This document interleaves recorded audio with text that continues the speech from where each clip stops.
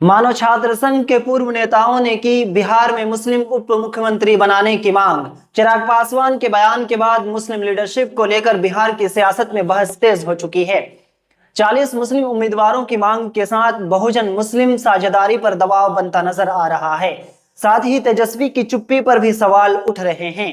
आइए इस वीडियो में जानते हैं क्या है पूरी मांग। मैं हूं शोएब मलिक आजाद और आप देख रहे हैं इंसाफ टाइम्स। बिहार की राजनीति में मुस्लिम लीडरशिप को लेकर एक बार फिर से बहस तेज हो गई है।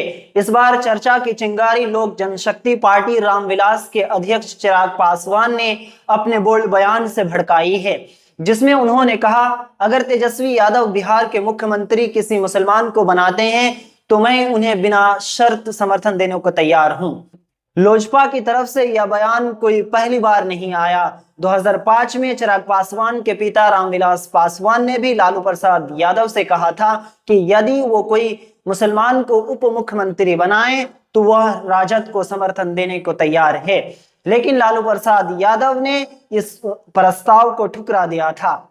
इस घटनाक्रम के बीच मौलाना आजाद नेशनल उर्दू यूनिवर्सिटी हैदराबाद के छात्र संघ नेताओं ने जॉइंट प्रेस स्टेटमेंट जारी कर बहुजन मुस्लिम एकता को सत्ता में साझेदारी देने की मांग की है। उनकी प्रमुख मांगों में मुसलमानों को उप मुख्यमंत्री पद और बिहार की 17% से अधिक मुस्लिम आबादी को ध्यान में रखते हुए 40 से ज्यादा सीटों पर मुस्लिम उम्मीदवार उतारे जाने की वकालत शामिल है।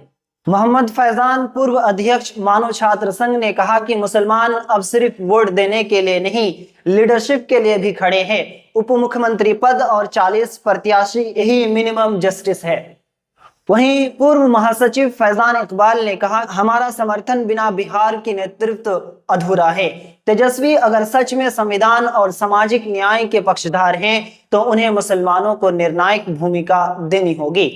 वहीं पूर्व उप अध्यक्ष मोहम्मद अबू हमजा ने कहा कि रामविलास पासवान की 2005 की मांग और ज्यादा रिलेवेंट हो चुकी है। अब सवाल है, क्या तेजस्वी यादव इतिहास दोहराएंगे या नया इतिहास बनाएंगे। शगुफ्ता इकबाल, पूर्व जॉइंट सेक्रेटरी, ने कहा कि नेतृत्व वहीं से आता है जहां सबसे गहरी पीड़ा हो। मुस्लिम समाज आज नेतृत्व के लिए तैयार है, बस दरवाजा खोलने की जरूरत है।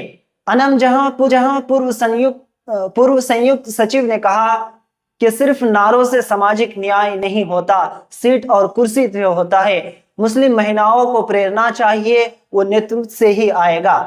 मारिया हिदायत, पूर्व संयुक्त सचिव, ने कहा कि मुसलमान युवा अब प्रतीक नहीं, नीति बनना चाहते हैं। उप मुख्यमंत्री पद और 40 टिकट, इससे ही विश्वास बहाल होगा।